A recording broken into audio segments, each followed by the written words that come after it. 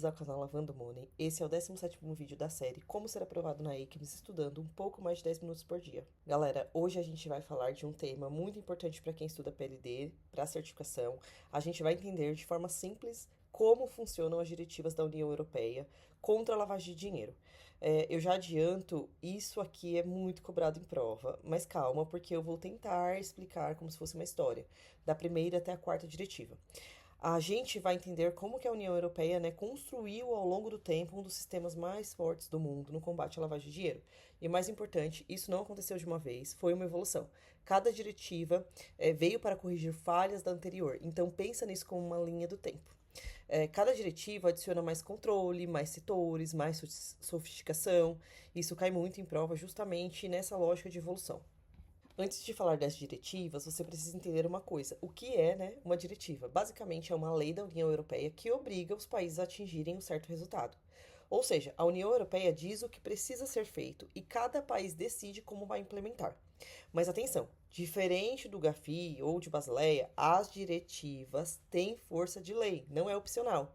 Uma diretiva é um tipo de legislação da União Europeia que funciona assim. A União Europeia define um objetivo obrigatório. Por exemplo, combater lavagem de dinheiro. Mas ela não dita exatamente como cada país deve fazer isso. Cada país adapta esse objetivo para a sua própria legislação interna. Agora, aqui está um ponto, acho que o ponto mais importante. Como eu já disse, isso tem força de lei. Ou seja, não é recomendação como o GAFI. Se um país não implementar, ele pode sofrer consequências dentro da própria União Europeia. Isso torna as diretivas muito mais fortes que normas internacionais voluntárias. Então vamos lá. A primeira diretiva foi criada em 1991. O objetivo era simplesmente impedir que o sistema financeiro fosse usado para lavagem de dinheiro. Mas tinha uma limitação. Ela focava basicamente em crimes que eram ligados ao tráfico de drogas. Mesmo assim, ela foi essencial, né? Porque criou a base das regras de PLD. Ou seja, a primeira diretiva, ela surgiu no momento em que a maior preocupação global era o tráfico de drogas. Então, o foco era bem simples, impedir que bancos fossem usados para lavar dinheiro do tráfico. Ela exigia, né, que os países eles criassem leis para proteger o sistema financeiro.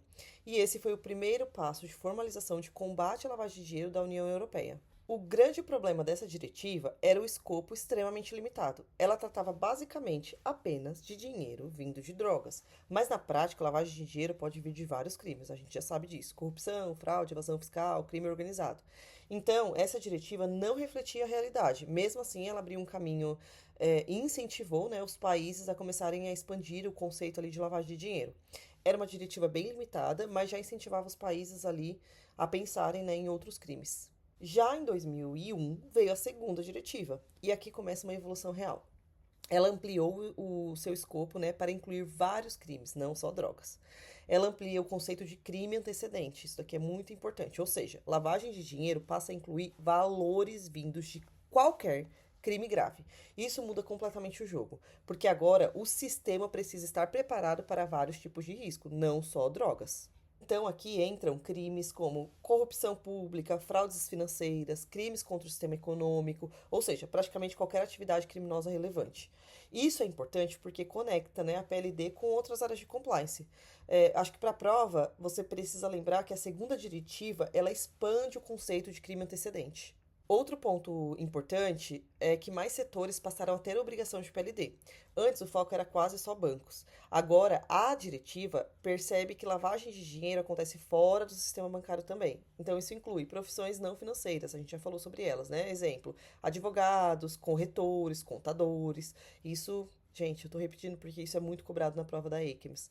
Então, os setores não financeiros, né, passam a ter a obrigação de PLD também. E assim, aqui entra um conceito muito importante. Você não precisa ter certeza do crime. Se as circunstâncias elas indicam algo suspeito, já pode ser considerado lavagem.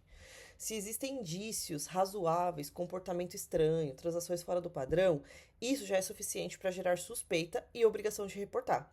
Isso é a base, né, ali dos relatórios de atividades suspeitas. Então, em resumo, você não precisa mais provar o crime. A segunda diretiva, ela também detalhou melhor o que é a lavagem de dinheiro, né? Incluindo ocultar, transferir, possuir ou ajudar outros. A diretiva, ela deixa claro que a lavagem de dinheiro não é só esconder o dinheiro, ela também inclui converter dinheiro ilícito, transferir para esconder origem, possuir sabendo que é ilegal, ajudar outra pessoa nesse processo, ou seja, até participar indiretamente já pode ser considerado lavagem de dinheiro agora.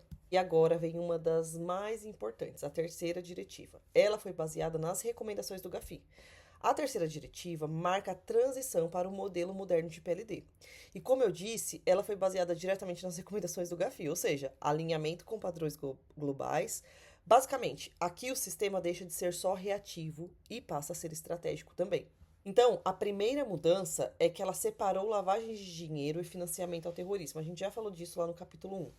Antes, isso não era tão claro. Lavagem de dinheiro e financiamento ao terrorismo eram tratados de forma parecida. Mas existe uma diferença fundamental que a gente já falou. Lavagem, dinheiro vem do crime. Terrorismo, dinheiro pode ser lícito, mas o uso é ilícito. E essa separação é essencial para uma análise baseada em risco. E daí, aqui surge um dos conceitos mais importantes, né, e que falamos muito no último vídeo, que é a abordagem baseada em risco. Você trata clientes de forma diferente dependendo do risco. Isso significa que você não trata todos os clientes da mesma forma. Exemplo, um cliente comum, eu faço uma verificação básica. Um cliente de alto risco, eu tenho que fazer uma due diligence reforçada. Isso torna o sistema, obviamente, mais eficiente e mais inteligente. Outro ponto-chave é o beneficiário final. Eu não me lembro se na prova eles vão falar beneficiário final ou beneficial owner. Então tenham essas duas palavras, né, em mente. É a mesma coisa, mas uma em inglês e uma em português. Ou seja, quem realmente controla o dinheiro. Esse é um dos conceitos mais cobrados, eu acho que na prova, né? O beneficiário final, o dono real. Muitas vezes os criminosos eles usam empresas, né, para esconder quem realmente controla o dinheiro. Então a diretiva ela exige identificar a pessoa física por trás da estrutura, uma regra prática. Quem controla, direta ou indiretamente, mais de 25% deve ser identificado. Isso aumenta a transparência e dificulta a ocultação, né? Então lembrem, 25% aqui é o número-chave. E também mais setores, né, entraram. Trusts, seguros, comércio com dinheiro, auto e cassinos. Para quem lembra do capítulo 1, nós falamos bastante, né, sobre cassinos e trusts, e porque são temas que sempre aparecem na prova. Resumindo, mais setores entram porque são vulneráveis à lavagem de dinheiro. Essa diretiva, ela também protege quem reporta, quem faz o report, né, da situação suspeita ali. Isso é fundamental para a compliance funcionar. Sem proteção, ninguém vai reportar. Então, a diretiva, ela exige que funcionários que fazem, né, as denúncias suspeitas não sofram retaliação, não sejam ameaçados, e isso incentiva a cultura de compliance dentro das instituições. Agora, a quarta diretiva, ela aumenta ainda mais o nível de exigência. A quarta diretiva leva tudo isso a um nível mais avançado. Ela reforça 3 pilares, que é a transparência, a avaliação de risco e penalidades. Agora, crimes fiscais entram como lavagem de dinheiro. Isso é muito importante. Ou seja, a sonegação de impostos pode gerar dinheiro lavado. Isso amplia muito o alcance da legislação. PEPs passam a exigir mais controle e o risco continua mesmo depois do cargo. Inclui políticos nacionais e estrangeiros, exige due diligence reforçada, o risco continua mesmo após sair do cargo. Isso evita o uso indevido de poder público, por exemplo. Agora, também, os países eles precisam ter registros centrais de beneficiários finais. Não basta identificar o beneficiário final, precisa manter os registros centrais com essas informações. Isso, né, facilita investigações e, claro, aumenta a transparência. Também na quarta diretiva, a avaliação de risco passa a ser obrigatória, tanto para países quanto para as empresas. A avaliação de risco passa a ser obrigatória em vários níveis: país, risco nacional; empresa, risco institucional; cliente, perfil individual; produto, qual tipo de produto; geografia, quais os países envolvidos.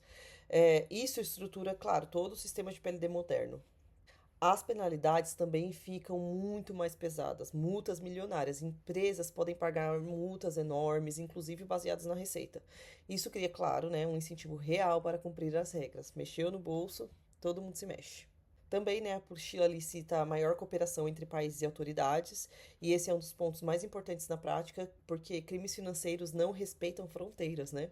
Então, a diretiva, ela fortalece essa cooperação entre unidades de inteligência financeiras, autoridades reguladoras, países membros. Isso inclui, né, a troca de informação, investigações conjuntas, pedidos internacionais. Então, sem isso, os criminosos simplesmente moveriam, né, dinheiro de um país para o outro. Muito importante.